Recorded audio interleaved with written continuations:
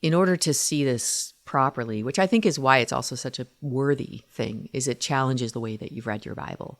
It challenges cultural narratives that you've applied to the text. Like it challenges your cultural norms that you've just assumed God is for and with. So like that's all hard work, which is what we don't want to do. So like it refuses sort of a lazy theological, what is it Rick Warren says his greatest regret in ministry is that he didn't do his own exegetical work around women. Like, which is itself just like so irritating. And that's what I almost just like hear, man, someone should have got this guy Need to Know, 30 years ago. It is ridiculous.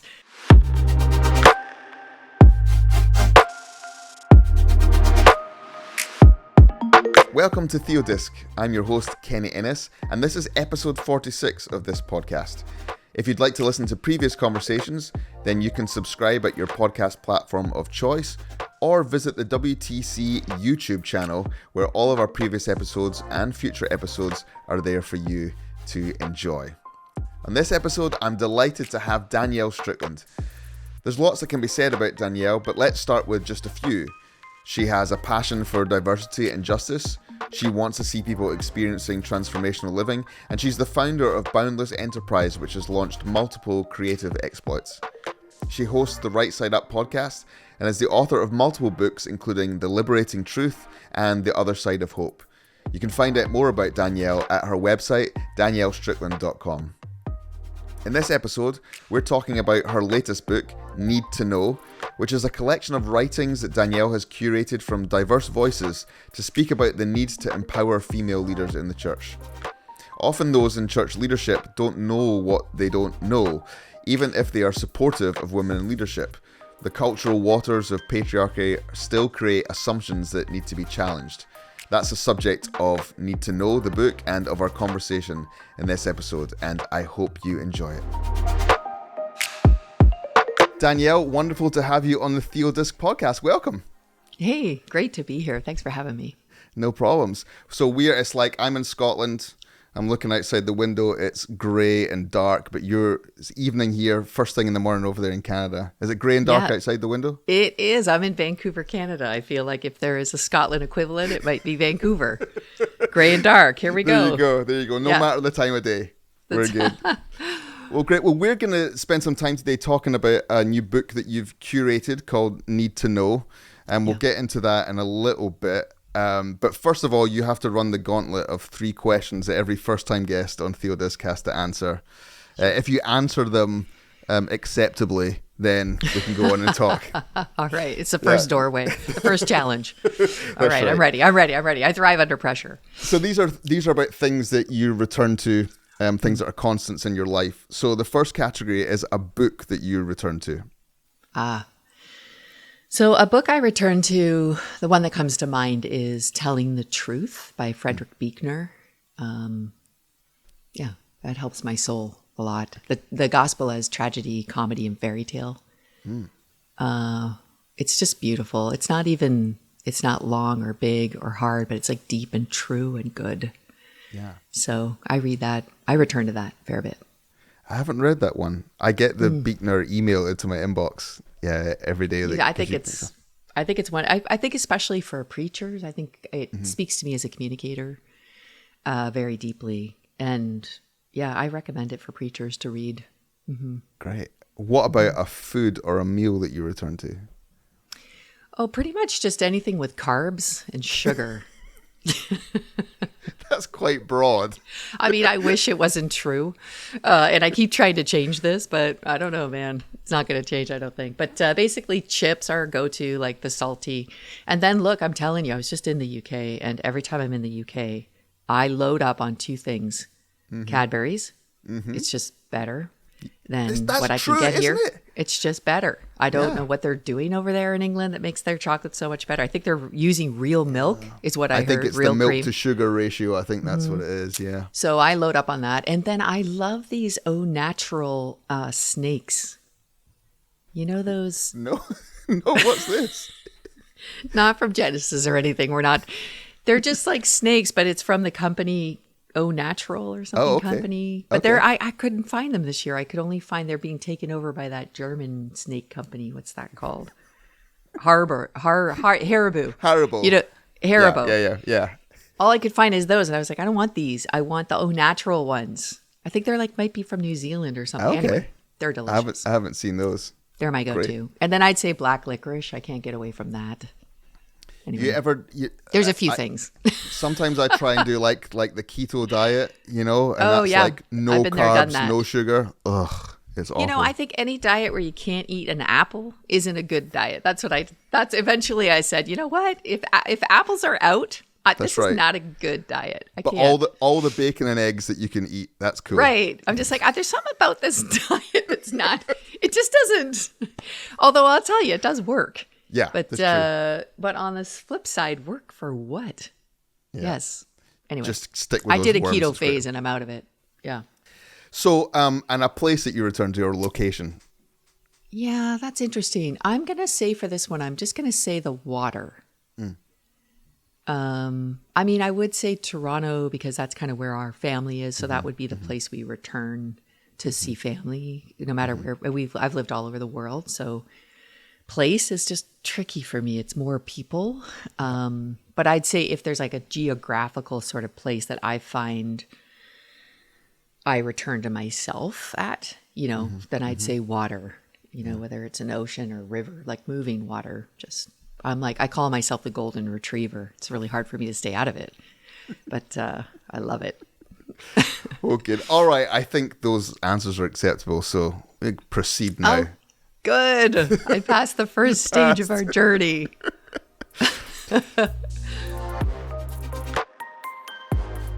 So the book Need to Know, I have a copy here.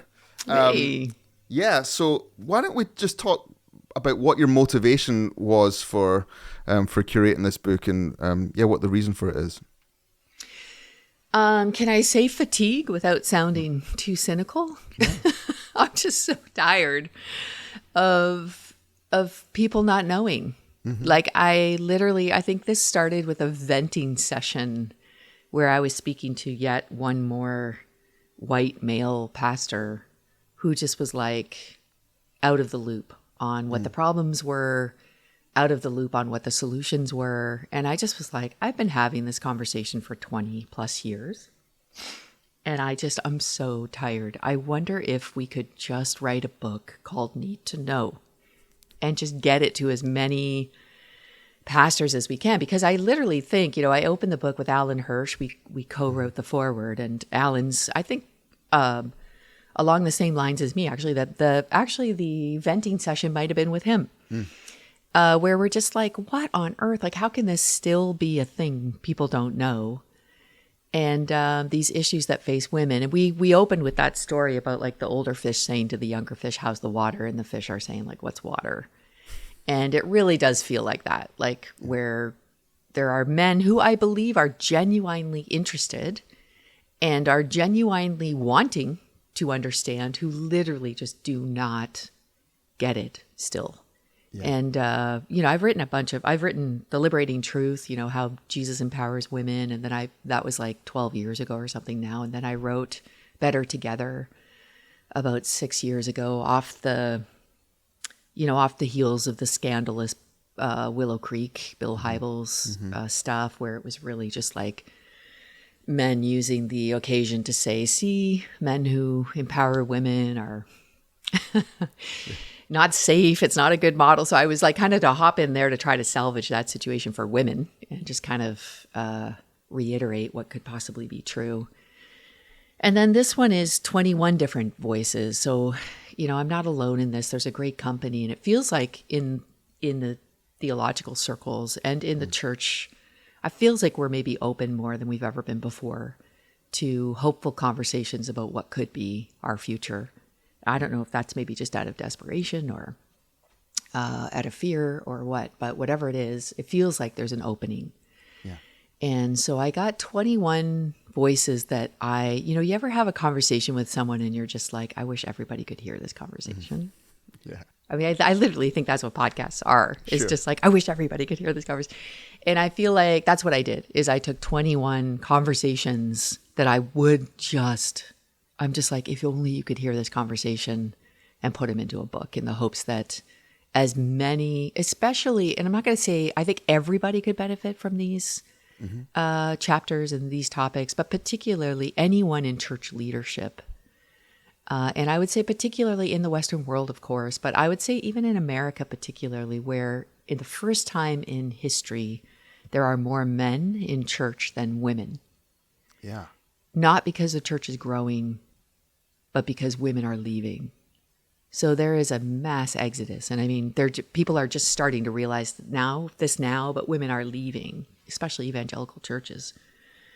And men are going, what's going on? Well, that's a whole flip of the narrative, right? Because for ages we've said, oh, obviously, there's more women in the church. Actually, the big complaint amongst alpha males has been, oh, the church is way too feminine. Right? Yeah.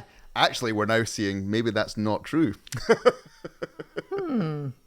Yes. Figure that out, eh? Those guys using fear and loathing as a tool. Yeah.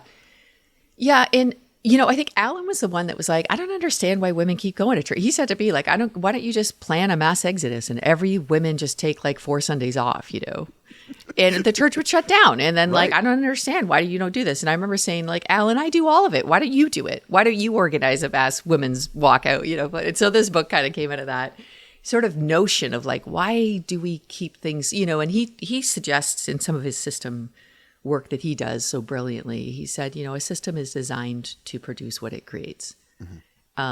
It's perfectly designed that way. So unless you change the system, you'll keep getting, and this is designed this way. So it's not like, ooh, gee, but when you inherit it, maybe it's ooh, gee. And so this is like one of my great hopes is just to say, here you go.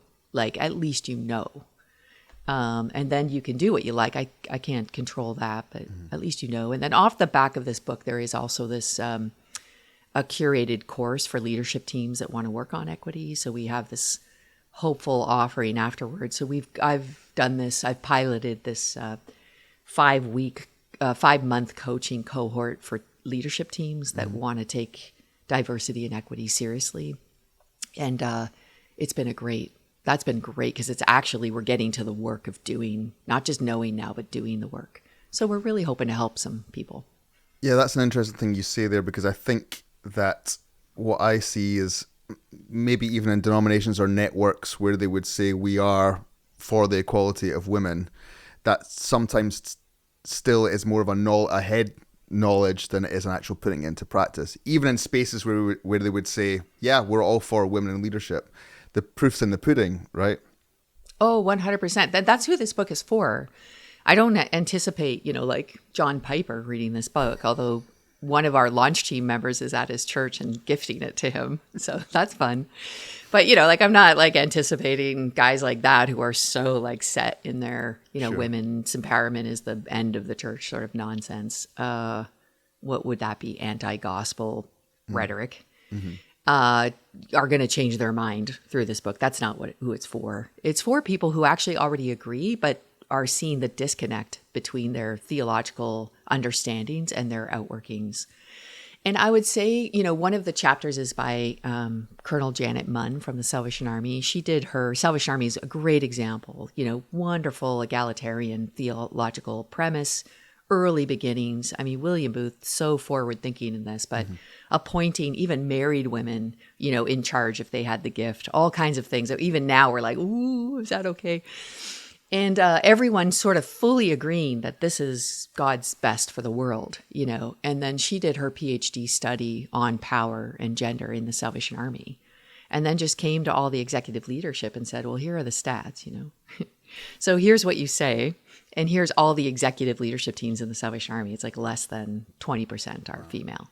But here's the stats of how many officers, so you have a majority of female officers in a system that is theological and founded by a man and a woman. And your discrepancy is so huge. So what do you say? And this is the same with Foursquare. Same thing happened with Foursquare movement, founded by a woman. I was just at Elam, at an Elam gathering. Same thing with Elam, founded by a woman.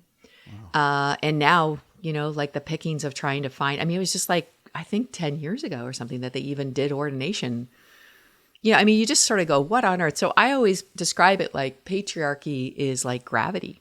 It's just where you go. It's the weight, that weight of the world is weighted in that direction. So unless you're actually intentionally moving in the opposite direction, that's where you're going to land. So if you're paying no attention at all, you're landing in patriarchy. It's just weighted to go in that direction. Yeah, which is maybe where that that sense of fatigue that you were talking about earlier is, and what I find kind of remarkable about the collection of writings in the book is that it's not setting up yet another pitched battle. It's it's trying to bring people along. So it's not there's not an othering between male and female in the book. In fact, you've got male and female contributors in it.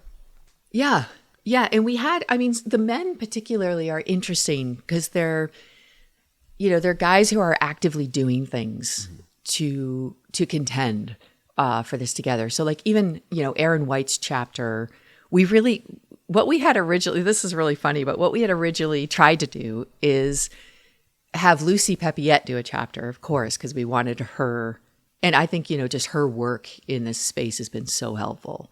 Just as a brilliant theologian, who is also a woman, it's helpful. And so but she didn't have the time or space because she's busy running like theological colleges and writing books and things. So we were like, well, that's no problem. Aaron White will write the chapter, but using your material so that you can do the chapter and he'll just be like assistant or, like men do all the time. Sure. The guy will write the chapter, but you'll get the credit. And Aaron's like 100%. I'm up for that. I'll do that. I would love to do that. And then when it came down to it, she literally was like, I can't do this. I didn't write this chapter. And we were like, Lucy, it's all your stuff. Like this guy took your stuff and then made it into a chapter. And she's like, yeah, no, I can't take credit for a chapter I didn't write. I was like, God, Lucy, this is what men have been doing for hundreds of years. Like, this is how it works, She's like, I do not feel comfortable doing that. So then I was like, well, what if we just made you the co-author then? She goes, nope, I did not write. And I was just like, Lucy, man, you're not helping us, but also you're helping us. You're right. Because then what we decided is actually it's really good for a man to write that chapter on what he learned from a theologian about Paul, and the theologian is Lucy Peppiette. So, but I also thought, what a great example of a leader who refuses to comply with systems that are not right and systems that are not fair. Like, I just was like, yeah, that's why we need sort of more women in these places, because they're not going to do this perpetuation of weirdness, and invisible, like making people invisible that shouldn't be invisible, just fascinating. That's one of the things I really appreciated about the book was that there's no shirking from a straightforward challenging of systems of inequality, but it's the systems and the way things are that's actually being attacked. It's not kind of a personal attack on people, and I really appreciated that about it. Well, and Kenny, I'm the mother of 3 boys, married to a wonderful man. So I just can't. I feel like the Lord set me up to like not make it an us and them battle. Like I am for the full participation and full liberation of men. And I think this is something that we just really don't talk about enough. And maybe we just need more men to talk about how patriarchy is actually against everybody. Yeah. Any hierarchy, any sort of pushing down one another. So we'll balk at the Indian caste system. And then now we'll balk at slavery, even though before we never bothered, but we will now. We'll just be like, we can't believe it. But then patriarchy, we're just like, well, everyone disagrees about some things, just like, and I had a friend like that because I was kind of like going, maybe they're right. Like maybe I'm making this a way too big issue. And then a friend of mine said, well, if you went to a church and the church said to you, we love Black people, we think they were created in the image of God, but they just can't lead here, what would you do? And I was like, I would probably stand up and announce the church is heretical and haven't fully got the gospel and like march out of that church and tell everyone I know not to go to that church. And they'd be like, yeah, but you'll sit there if it's about women. But you're okay if it's about, and I'm just like, yeah, why is that? Why am I even okay with this idea that like, oh, let's agree to disagree? And I think more and more it's dawning on me, which you think I would, the older I would get, the softer I would get. But I think the older I get, the wiser I'm getting. And I'm realizing that patriarchy is just an offense to the main tenet of the gospel. Yeah. It is literally an anti-gospel tenet. Now, I know people are coming from different places, and we want to allow people, like, people are on a journey.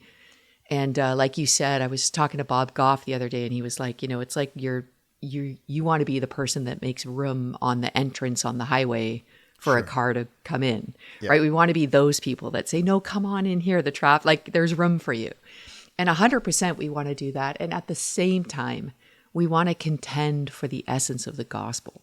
And the essence of the gospel is for freedom for everyone. And this is the big aha. Like, this is literally Peter's journey, and Paul's journey in Acts is literally like Peter's Acts 10 declaration of, I get it now. Like, God shows no partiality, is like the gospel blowing his mind. This is him and his going like, what? I had no idea, like, even for my enemy. And then you see it also with Paul. I was just talking in Europe to a bunch of women about legacy and saying the first convert and pastor in Europe was a woman in Acts 16 named Lydia. Like, talk about legacy. Like, Europe's legacy is female conversion and leadership for the church and for the expansion of the church. So I think this really is an essence issue, even though we keep wanting to make it a side issue. Yeah, secondary issue for whom? And I think it's interesting that's part of that thing about you don't know what you don't know. We're so embedded in that kind of a patriarchal system that you see even. So let's talk about maybe, male pastors who will say, actually, I've had a change of mind about this, and they come out and they present the change of mind, and we applaud them for being brave, right? And in some sense, there is actually even worse than that. Yeah, Taryn Williams, who I highly recommend his book, How God Sees Women. It's brilliant. Yeah. It's brilliant. And he came out, like, they asked him to write a theological paper on complementarianism for their church. It was soft complementarianism, which is like the worst kind, I feel like, because it, like, anyway, I was like, if you're going to hit me with a hammer, not a mallet. Right. But anyway. Yeah. So he did, and then found out, that's not actually defensible from the scriptures. And so presented it to his church he founded, and they kicked him out. Yeah. They kicked him out. And this is one of the things I think is fascinating, is that this is part of the, it's not until men actually do something for women in terms of empowerment or inclusion that they find out how deep this anti-freedom sentiment goes. And that's one of the great, even Scott McKnight, he's one of the contributors in the book, and he wrote a chapter on Mary, which is hilarious, I think, on multiple levels. But even when I was interviewing him, he's just like, this gets visceral. I get attacked. And I'm like, yeah, that's what solidarity does, right? You take on, but you don't even realize this is visceral until you enter into the space. So it's just a really interesting, if you think this isn't a big deal, come on in. You'll find out. It's worth contending for. But then you realize, the enemy hates this. If there's so much resistance in this area, the question for me always is like, why? Why is this? This seems like a no-brainer to me in real life. Nobody questions this in real life. We all have mothers. We all have sisters. We all and so the fact that this is even an area of resistance is fascinating. Yeah, we look at like Lucy's work and Taryn's work and others like them who are starting from a biblical perspective and working through what the Bible actually says. I'm teaching on 1 Corinthians 11 in our church in the next couple of weeks, and the amount of work that's required to just undo the way the text has been seen before you can actually get to the text is just, it is that kind of, it's exhausting having to work through it all.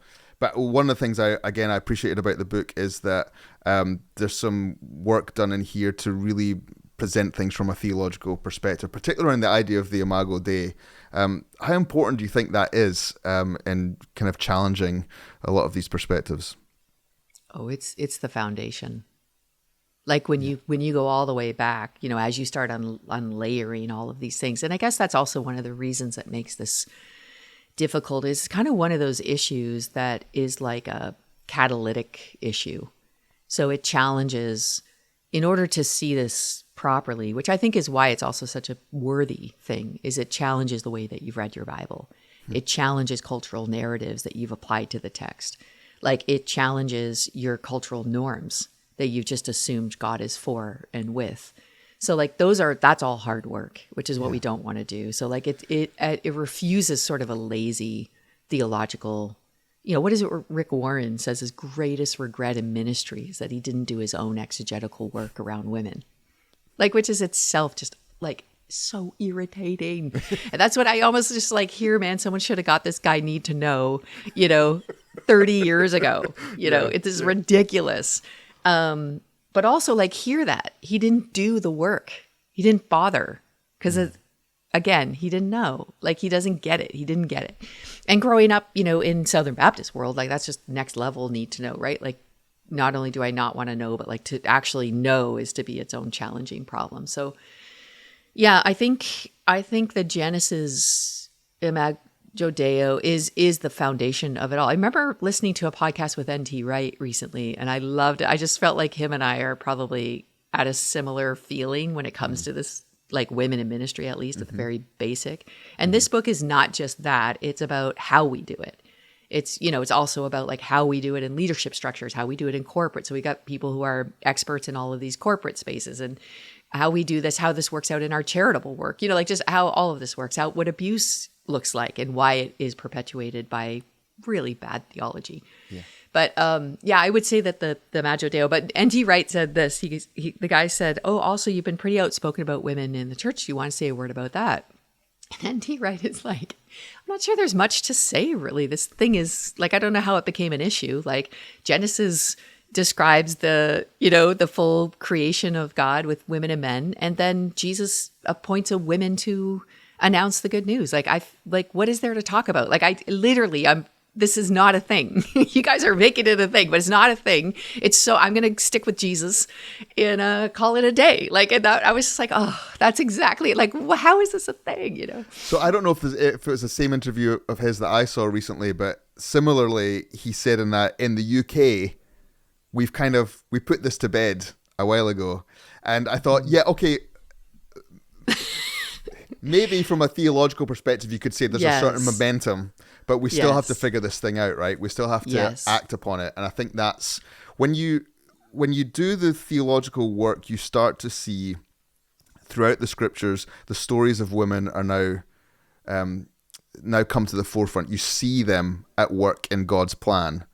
And I think hopefully that theological work now enables us to recapture the stories of women throughout history that have been submerged under our patriarchal theology, and the stories of women in our present moment who have had their own challenges and their own struggles. And I think it's really important for people to hear some of the heartbreaking stories that you've captured in here about what has actually happened to women, the way they've been ostracized and put to the outskirts, and the challenges that they've had to face to be who God has made them to be.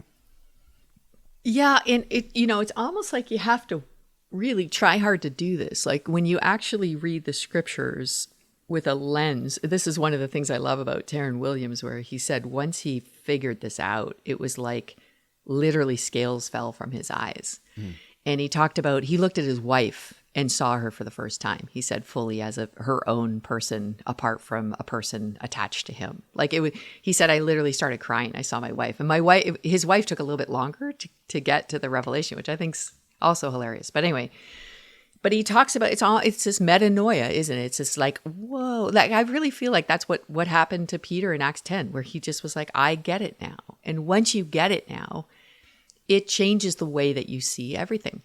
It changes the way that you see marriage. It changes the way that you see leadership. It changes the way that you see the Bible stories, and when you get this, like I was just talking to this Nigerian woman that I love, this beautiful woman, and she was asking me, what were you speaking at that conference in England? And I was saying, I was talking about the 5 women that started the Exodus, And she's just like, what?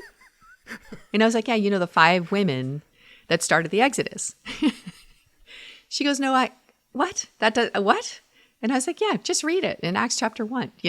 Literally the narrator of Exodus 1 refuses to name the Pharaoh and names 2 midwives.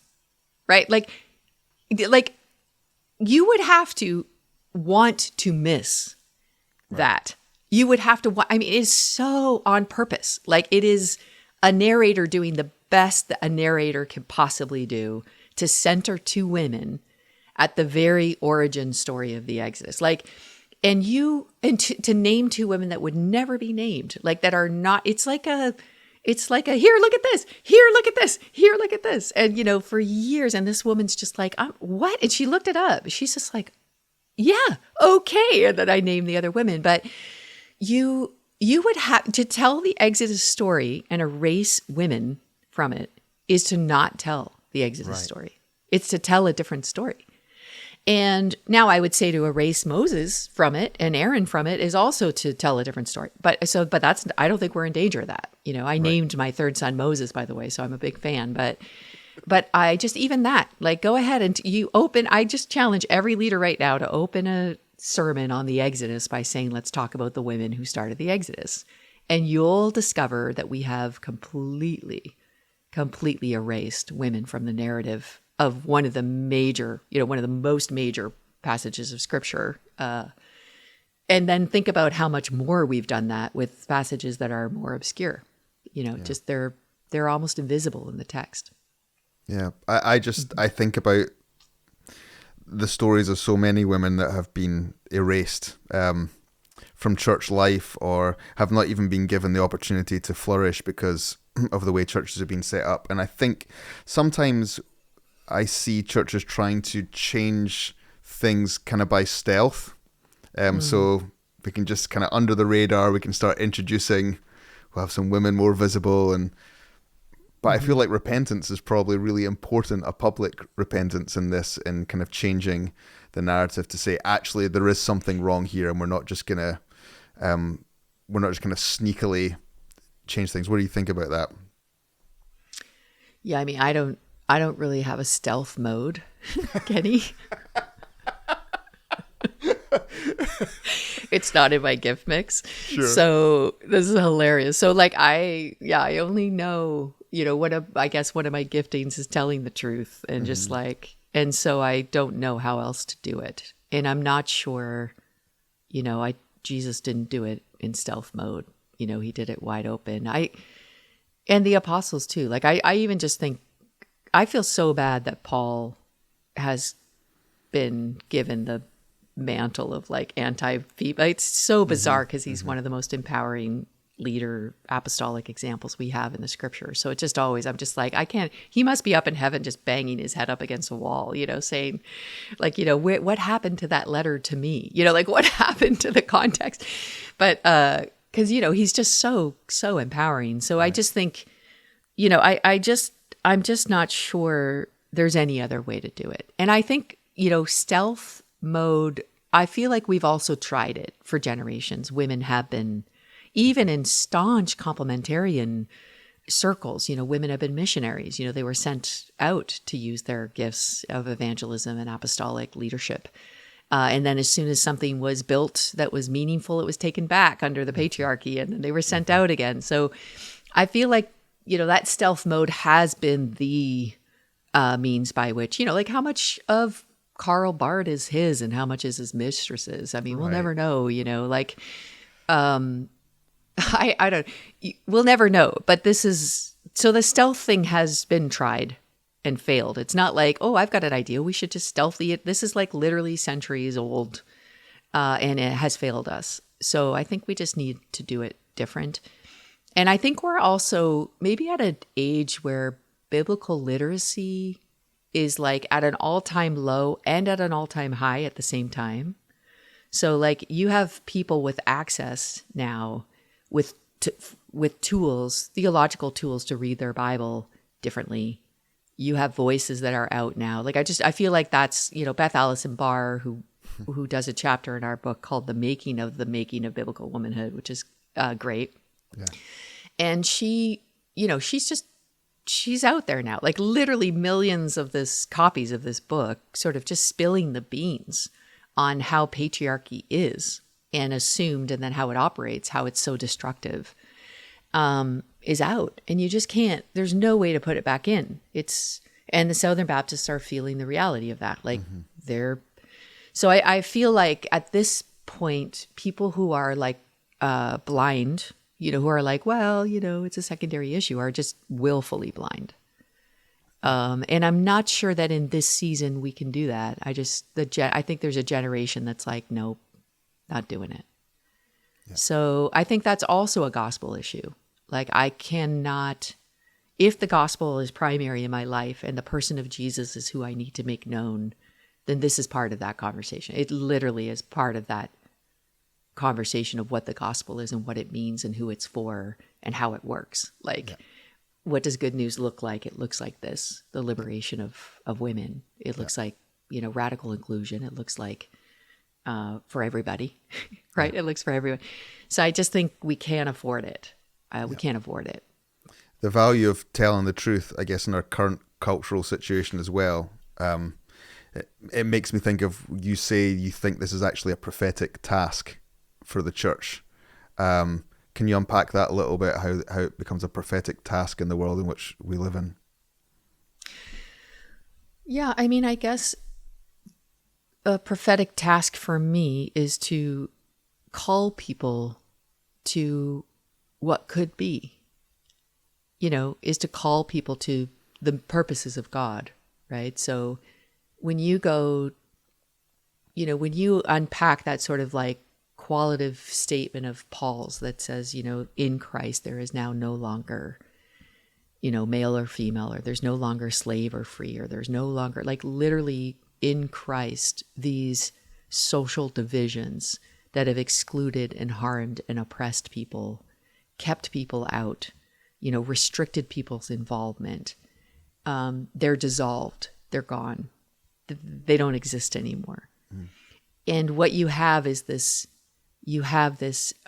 praxis. You have this praxis that works with this theology of liberation that is good news for everybody. And this is the essence of the gospel. Like, it's just, don't you want the gospel to be good news? I mean, I just feel like that's what I wanted to say to the church. Like, don't you want the gospel to be good news? And isn't that good to say to a generation anywhere where there's been these social divisions that have excluded and harmed and oppressed is actually dissolved when we understand each other in the image of God, when we understand each other's gifts as for the flourishing of the community, when we understand we were meant to be better together, and an alternative vision for what that could look like. So, the world, I would say globally, is fracturing around nationalism, around fear, around us and them, everywhere. Because when we get afraid, we get oppressive. Fear is the currency of oppression. And you can see you can see these machinations of oppression everywhere, right? Building. This is true now, but it was also true in the early church's greatest growth period, because the best news for the church is that it would be an alternative to the cultural narrative of its day. So in so many ways, this is that. This is an opportunity to actually demonstrate what the good news looks like. And I think a generation is desperate, not for theology, but for the practice of it. They are desperate to see what this good news looks like in real life. Show me what's good about your gospel. Show it to me. Yeah. And this is just, I feel like this is low-hanging fruit. Like, this is the low-hanging fruit of what's good about our gospel. Let's at least start there, guys. There's more. I think there's more to uncover. But what I would also say is, because this is low-hanging fruit, this isn't that hard. We could do this. I feel like we're at a season where we could really do this and demonstrate. It just leads to more, because that's the other thing about freedom, right? Like, I get set free from by the gospel in my own mind, in my own behaviors, and that freedom just keeps growing. It's not like it stops. It's not. Salvation was not for me an ending place. It was an arriving place of a whole new way to live. And so if that's true, not just of the individual salvation experience, but of our collective salvation experience, if this is an arrival, a beginning place for a whole new way to live, it should be perpetually good news. Like, it just should be good news every week. It should be better. It should just get better. And I think that's more disruptive, 100% disruptive, but better. And I think that's the invitation. Yeah. Well, that's a perfect way to finish, I think. And I think if you are not aware of the stories of women, if you're not aware of the theological grounding for the equality of men and women, if you're not aware of a roadmap or some ways to put this into practice, then you no longer have an excuse, because you've got this book, Need to Know, which tells you, at least gets you going on thinking through these things and putting them into practice. And so I just want to say thank you, Danielle, for being on the podcast today, and you've given us loads to not just think about, but loads to act upon, and really appreciate your time. Thanks, Kenny. Great to be here. Bless you guys.